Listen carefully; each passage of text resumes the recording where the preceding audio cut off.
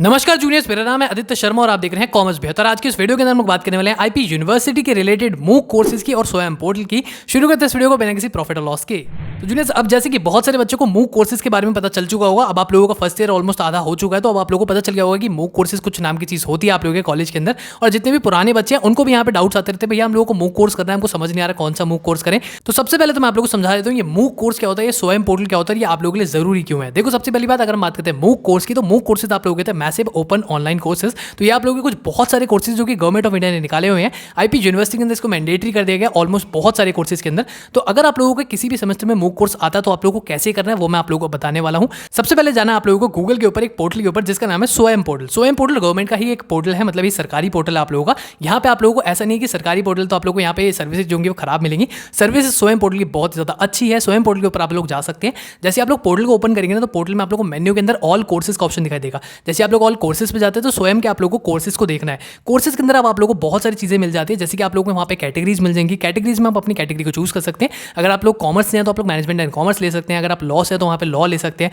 अगर आप लोग जर्नलिज्म से हो तो आप लोग जर्नलिज्म सेलेक्ट कर सकते हैं। अगर आप लोग कंप्यूटर से तो आप लोग वो सिलेक्ट कर सकते हैं। तो आप लोगों को अपनी कैटेगरी को सिलेक्ट करना है। इसके अलावा वहाँ पे आप लोगों को बहुत सारे और भी ऑप्शन दिखाता है कि आप लोगों को कौन से कोऑर्डिनेटर से सीखना है। तो कोऑर्डिनेटर तो आप लोग देखिए वहाँ पे कोई भी सिलेक्ट मत करना, क्योंकि आप लोगों के कोऑर्डिनेटर बहुत कम होते हैं। क्योंकि मतलब आप लोग कॉलेज के अंदर होते हैं, कॉलेज के अंदर आप लोगों के कोऑर्डिनेटर्स काफी कम होते हैं। यहाँ स्वयं के अंदर ना यहाँ पे इन्होंने अलग अलग कोऑर्डिनेटर्स बना रखे, जैसे कि एनपीटेल हो गया, या फिर आप लोगों के और भी बहुत सारे, जैसे कि आप लोग यहाँ पे आईएम हो गया, आईआईटीज हो गए, बहुत सारे इनके अलग अलग कोऑर्डिनेटर्स हैं। तो यहाँ पे कोऑर्डिनेटर आप लोगों को अपने आप ही पोर्टल जो होता है वो सिलेक्ट कर लेता है। अगर आप लोग कॉलेज के हिसाब से देखेंगे तो अपने आप सिलेक्शन हो जाता है। तो आईपी यूनिवर्सिटी ने आप लोगों को बोला है कि आप लोगों को 3 क्रेडिट वाले यूजी कोर्सेज उठाने हैं। और अगर आप लोग मास्टर कोर्सेज के अंदर तो आप लोग अपने हिसाब से देख सकते हैं, पीजी कोर्सेज देख सकते हैं। लेकिन अभी हम लोग बात करते हैं यहाँ पे सिर्फ और सिर्फ यूजी वाले बच्चों की। तो आप लोगों को 3 क्रेडिट वाले यूजी कोर्सेज को उठाना है। तो 3 क्रेडिट वाले यूजी कोर्सेज के ऊपर मैंने एक वीडियो ऑलरेडी बना रखी है, जो कि मैंने आप लोगों को बहुत पहले बताया था। तो आप लोग उस वीडियो को जरूर देख सकते हैं।